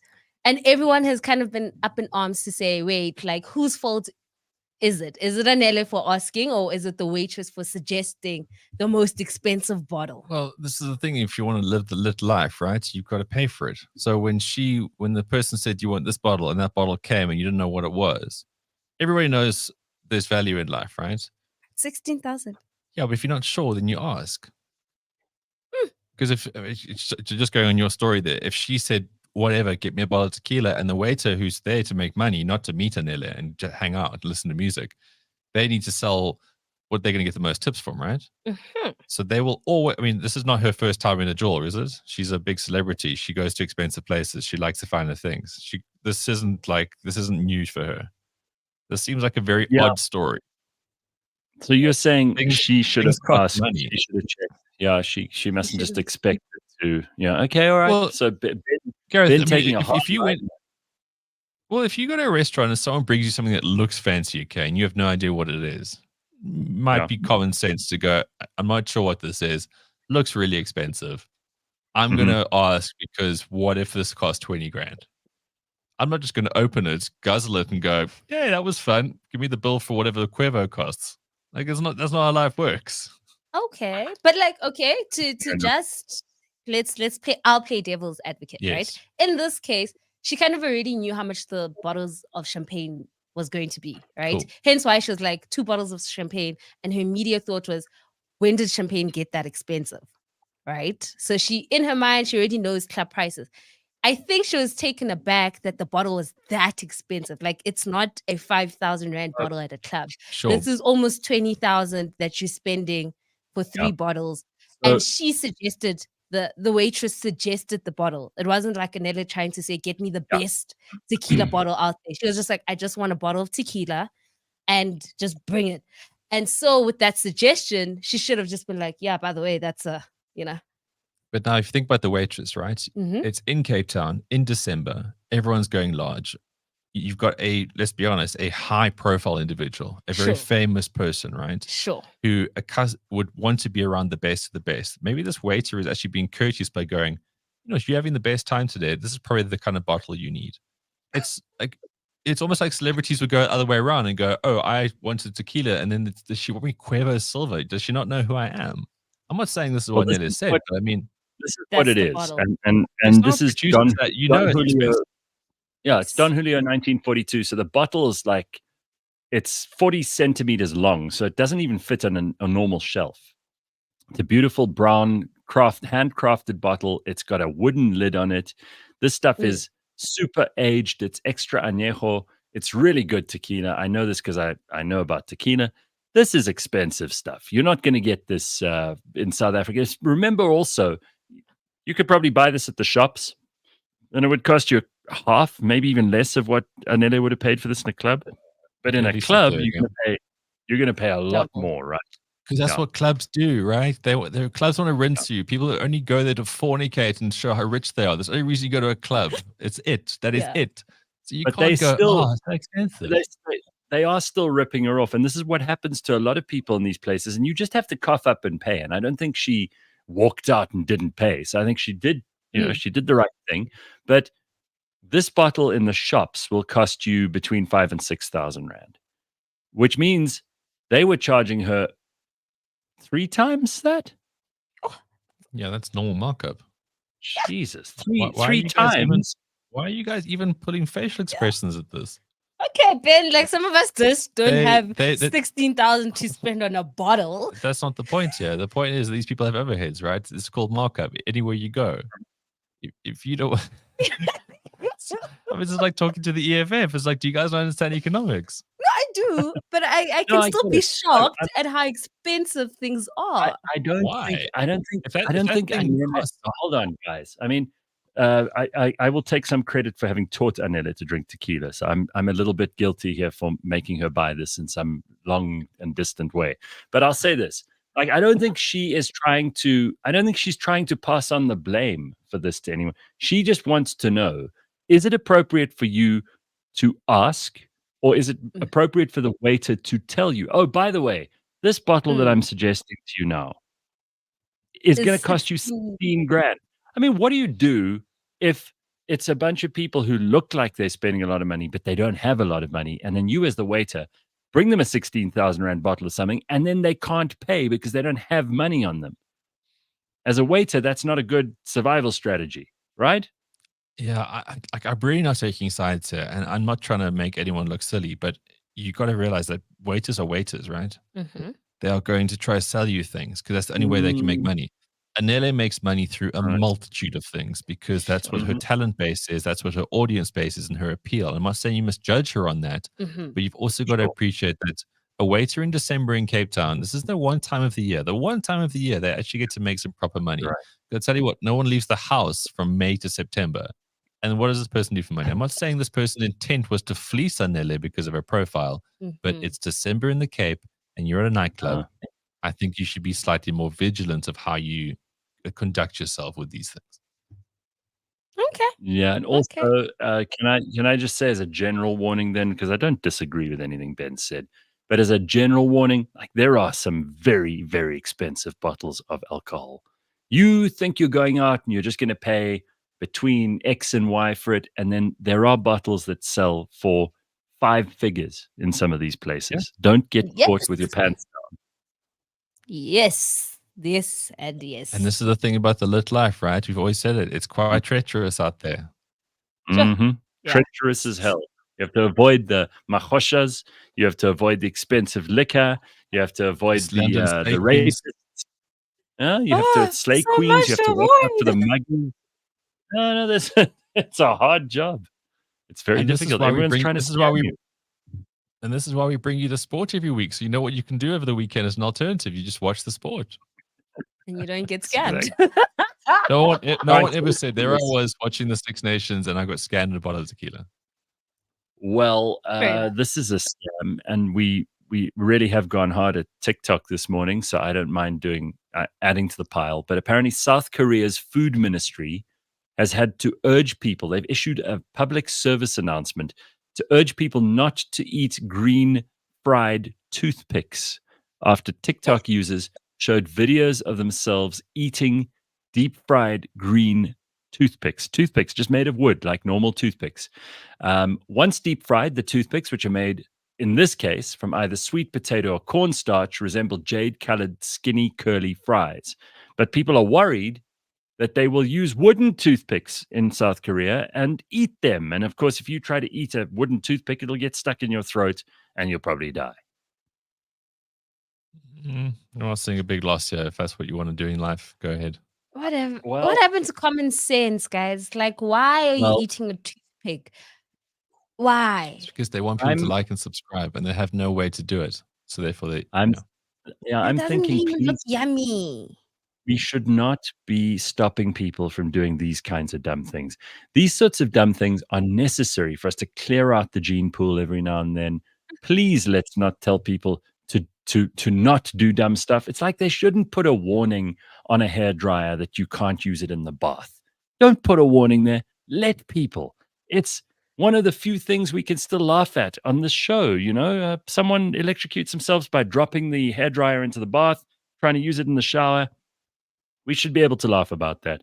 And I think we're all extremely serious all the time in the world. And you imagine being the person who sits in a meeting and goes, oh, we better warn people about the deep fried toothpicks. Because honestly, it's a sad state of affairs when you have to warn people about obvious things. And also, civilization goes nowhere when you nitpick over the stupid. Yeah. Do primary things, do big things, do forward things. Forget about what's happened behind you. Okay. Hey, Ben, that I wanted doesn't look like yummy. That doesn't look yummy. Like it doesn't. I don't understand how we could get to like it looks like worms. Yeah, it looks like worms. Gross. So and also, like, be very careful about what something should look like. If you're a food manufacturer, and first of all, it looks like a toothpick before you fry it, maybe not the best decision. And when it does come out and it looks like worms, again, maybe not the best decision. Yeah. No. Yeah. All right. So Um, I want to ask Ben about something because I'm curious about whether or not he spent any time at all thinking about this. Taylor Swift has become football's No. biggest. Yes, no, hang on. She has become football's biggest marketing ploy. And now apparently Joe Biden's campaign is trying to get Tay-Tay to endorse him, which she probably will because she's voted Democrat, I think, and made it very public that she's voted Democrat every single time. She has to. She's a celebrity. Yes, of course. But she's dating this guy who's in one of the. I really don't know anything about this. Ryan's probably the best person to talk about this. But do we have to pay special attention to Tay-Tay now, even if you're an American football fan? Now you suddenly have to look at Taylor Swift more than you're looking at the field. Isn't this going to piss people off instead of help the game? From my very afar kind of take on this is that a lot of people who are more sort of right leaning are now annoyed the fact that she is now a spectacle within a game they hold dear. That's what I thought. I think that celebrity and sport has always gone hand in hand. She is a sideshow, obviously. I think if you don't support the Kansas City Chiefs, you'll probably hate her even more. Because she's dating someone from the Kansas City Chiefs, which I assume is Ryan's team. Because Ryan's always got about 7 different pieces of sporting memorabilia or paraphernalia on him. But I've noticed the Kansas City Chiefs hat. So they'll be in the Super Bowl against, I think, the San Francisco 49ers in 2 weeks' time. Mm-hmm. And yeah, she'll be part of it. Great. But, because, as I understand it, when she's in the stadium sitting there, then the camera's all focused on her the whole time because she's dating this guy who's on the team. And all right, so it's probably annoying the football fans. And I don't think that Taylor Swift fans are suddenly going to become massive American football fans. The day Taylor Swift and this guy break up or she stops going to the matches, all of those Swifties are going to stop caring about football as well, right? They're not, these are fickle people. Underestimate her influence. I'm not the biggest Taylor Swift fan, but I have to say the fact that I even know this guy, I'm not like, I don't follow sports whatsoever. The fact that I know this guy because she's dating Taylor Swift, her influence is massive. Like there are more people now watching and they've seen that, and there will be more people, even if she drops off, they'll stay around because they enjoy it now. Guys, exactly. She's a marketing campaign. So the best thing I've seen around all of this is that someone said that Taylor Swift is basically Andrew Tate for chicks. Yeah, that's true. She is toxic, but that is true. I mean, and just treated it as such, Look, it's all entertainment, right? It's all entertainment. This is totally fine. Kansas City Chiefs must love the fact that this Kelsey guy is dating her, and every time he catches the ball, they look at her. Azalea in the comments says she's the Yoko Ono of the NFL. Oh. All right, Ben, I know you've got to get out and get going. Let us catch up with you again next week. Thanks for giving us some sport earlier on, and well done on the trophy. Hold up the trophy one more time. He brought it in specially. We are the champions. He's a big running march. 5 weeks to go, 4 weeks. Ciao. Bye. So it is time to bring on a viral sensation. Yes, ladies and gentlemen, this is somebody who has been just shooting the lights out on social media in the last couple of weeks. And you may not know of her, in which case you've probably been under a rock. But we managed, the producers have been sweating all week to get this person on. Oh my God. And I'm actually quite nervous about even talking to her because she's such a big deal on the internet right now. Yes. She's like a massive internet sensation. She is Lebang Hosanna. Look at her. God, we are so lucky to have you because you blew up. This isn't sarcastic, by the way. I'm actually giving you credit. You blew up all over, don't laugh. You blew up all over the internet last week. You were doing what every parent in January is doing. In fact, it's 2 weeks ago. You were helping cover all those school books, which is like the nightmare job of all jobs, right? It's just book after book after book. And you have these 5 kids and you're busy doing their books. And it must be like your house must look like a stationery shop or a wrap. So I don't know if anybody else is as creative as you are, and you've got your own ad agency. So it's not surprising to me that you came up with this brilliant idea, because you come up with brilliant ideas all the time.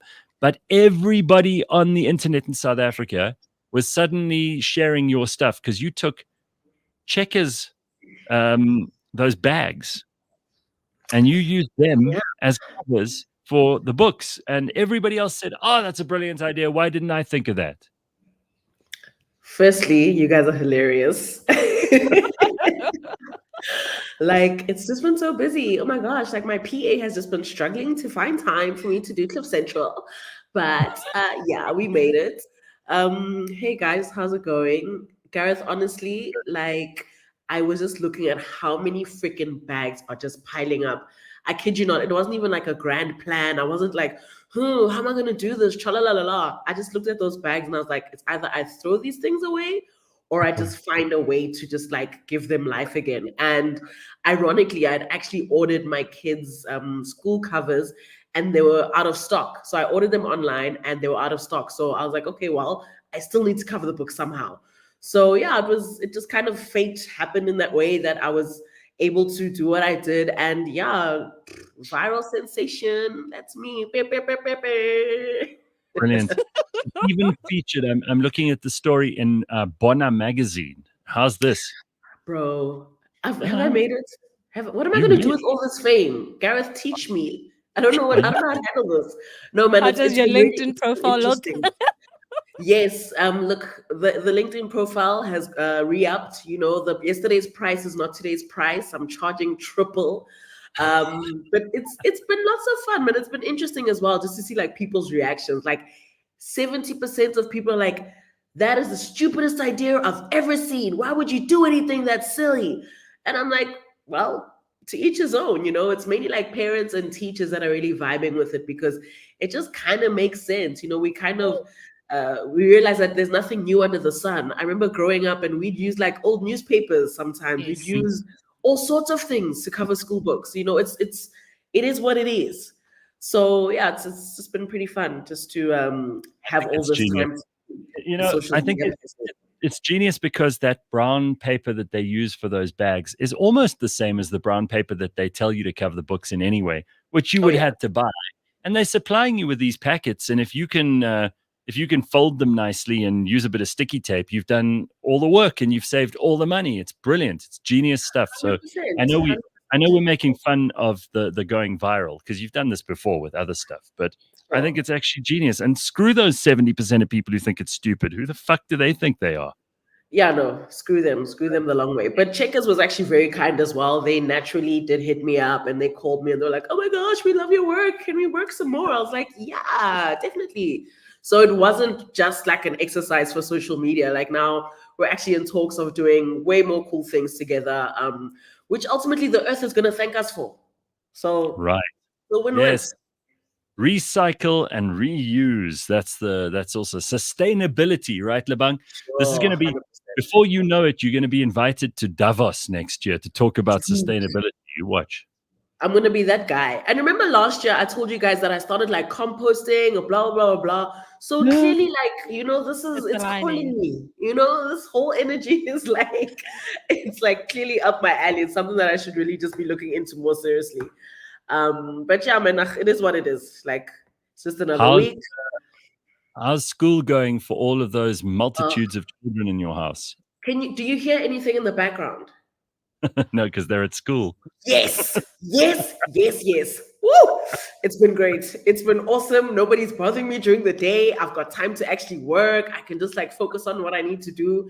In the beginning, it was a bit lonely and like super, super quiet because I'm just not used to like nobody knocking on the door and people asking me for stuff all the time.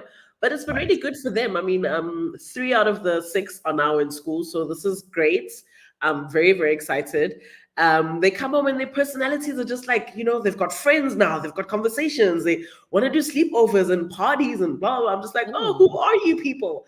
But it's great. It's given me time to, you know, also just do my own thing. Like you said, the whole business thing is also like really hectic. Being an entrepreneur is quite, you know, it's a decision that one chooses to make during Cyril's economy. And these are the consequences. You know, you have to put your elbow in the grease every single day. So it's nice because I can do that and spend so much more time with my kids.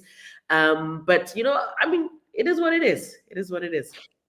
I've always wanted to ask you this, and you've got enough experience and water under the bridge now to be able to answer it better than anyone I know.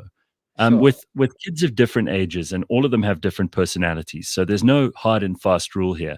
But people always talk about the terrible twos. Is that really the hardest time with a kid, or is the whole life, as far as you can tell, full of its own particular difficulties? I mean, obviously, we're not going to talk about how rewarding it is and how much you love your kids, because we assume that, otherwise you wouldn't have had 5 of them, and we know you're not a terrible person. But like, what is the toughest age? Because I spoke to my brother last week. he said his boys are now 7 and 10, I think. Ooh, and they are giving him headaches like you can't believe. He's like at his wit's end, because they're just at that age where they are rebelling. They want to push their agenda as far as they can. They're not very respectful. So what can you tell us? And especially for people who are parents now, who are going to go through all of these stages. I mean, you've kind of got one kid in each age group. Yeah, I do. Look, I would say each stage definitely has its own thing, and it comes with its own hurdles. There's no stage that's better than the next. Everyone is like a learning experience. However, and it's interesting that you bring this up now, just speaking of the terrible twos, I was having a conversation last night on the timeline where some lady was like, I was listening to the radio, and apparently you're supposed to teach your toddlers about vaginas and penises and not nickname them. And I was like, absolutely 100% yes. So that's what I'm currently dealing with, where my 2 toddlers are referring to their private parts as vaginas, because that's exactly what they are. And, for obvious reasons, it's, I don't want to teach them nicknames for their private parts. But the problem is now other people are like, oh, how could you? That's not a vagina. That's a cookie. That's a little peepee. And I'm like, but no, it's not. And some of the schools are also struggling with this new age parenting of, having to be that honest and that intentional about even the smallest things. So to answer your question, yes, every phase has its ups and downs, but I think it gets better over time, because the most important part of a child's life is obviously the early childhood part. So it's like from birth right up to 6, that's the most crucial. That's when a child is developing their personality. That is like the most important. For that, you have to be, you have to be hands-on through and through. After that, then they kind of start making their own decisions, start doing their own thing, but they're still pissing you off because now they're just not listening to you, right? And you're repeating the same thing every single day. I mean, we just got out of the December holidays. Every single day I was shouting, every day. Get off of this. Stop that. Move away from this. Why are we eating that? You're sick. Where's this? Don't do that to your sister. Leave your brother alone. Every single day, without fail, guys. So now I'm like, I can breathe. But now they're back at school, so the problems have evolved. Why haven't you done your homework? Why didn't you eat your school lunch? So it's a lifelong thing. You're making me tired, and I'm not even dealing with this stuff. Bro, it doesn't end, but my word, the benefits are crazy. They are immense. They are intangible, just to see a little human. Just to let you know, people are missing you. Theron says, I missed Lebang's energy. And there are lots of comments here. People were asking, when is Lebang coming back? So I said to them, listen, she's running her own business now, but we will check in with you from time to time. And a lot of questions for you over the last couple of days. Have you been scammed lately? Any new... Girl, it's 2024, please.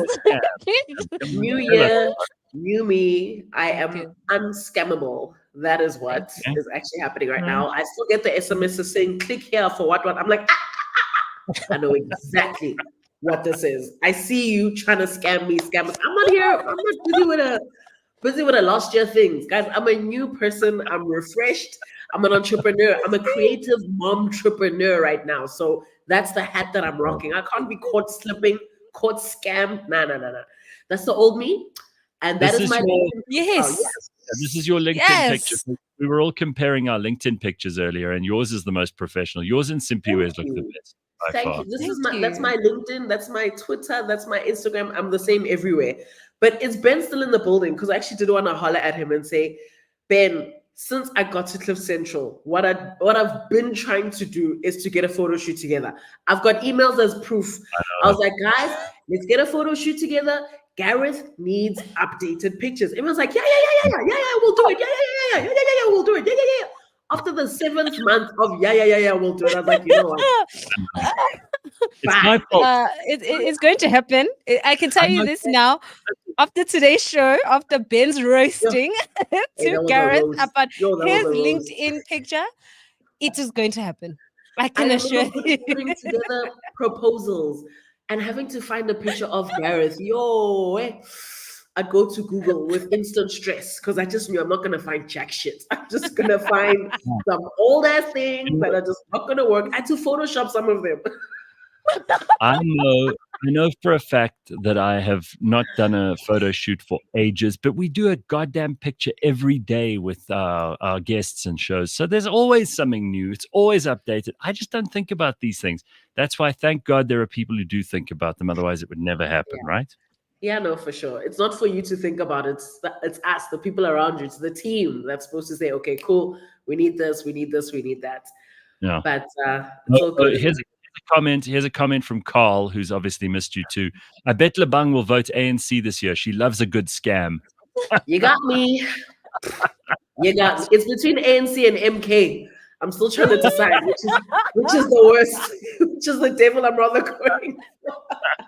Oh, look, David. David says, I saw Lebang, the legend, in the Discam in Bluebird with her army of kids. Keep doing your thing, Lebang. We love it. Lebang for president. Sure. Love it. David, next time come say hello and maybe help me with one of the kids or something. Are you sure you don't want to give the kid away? I'm like, take him, please. I'm generally always suffering in public. I dread having to take my kids everywhere just because they're so small and they need so much, all of them at the same time. I was actually thinking about traveling with them. I'm like, yeah, maybe let's do like a trip, we'll get them on an airplane. And then like my boyfriend looked at me and he was like, sorry? You want to put these little people on an airplane? I was like, you know what? Road trip sounds fantastic. Yeah. So yeah, man, but it's just that time of their lives, that time of my life as well. And very soon I'll be giving birth again, which is extremely exciting.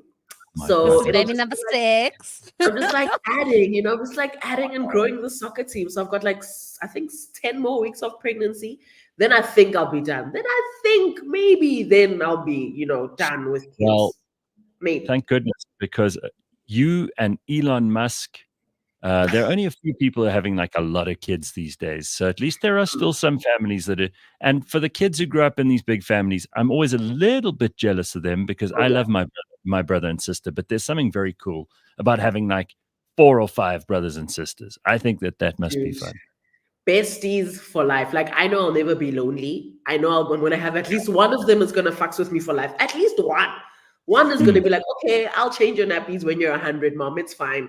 But I'll just always have someone in my corner, which is like really exciting. And for them, they'll always just have each other, which is something I see every day. They are literally growing up together, raising each other, getting bottles for each other, getting nappies for each other. I don't even know what my job is anymore. I'm like, do you guys even need me? Hello? Hey, listen. Your girls look just like you. Like you. Yeah, no. They are my my little twins, my little everything's actually. And I'm actually having another girl. So it'll be 4 girls in April. Right? How lucky am I? Just a bunch of people running around. Sure. All right, listen. Good to catch up with you, and well done on going viral yet again. If you really want to know what cool shit can be done with ordinary household items, make sure you follow and pay attention to our Lebang Hosana. You can find her on all the socials. Here's her handle on the X and the Insta. And we will catch up with you again soon, Lebang. I'll see you guys soon. Take care of yourselves. I love you guys always. And yeah, see you guys very soon when I will be non-pregnant. Yes. Very good. Be good. We'll be watching. Jeez. Talk about having your hands full, hey? And she still finds time to be creative. Genius. Yeah. Love it for her. All right. Can someone please buy Lebang a TV? Stop having kids. It's enough. Lebang is thirsty-ish, says Carl. All right. That's Don't be nice. judging. We will see you on Monday, everybody. Have an excellent Yes. weekend. Thanks, Simpiwe. Check you out ASAP. And be good, everybody. We'll see you soon. Bye.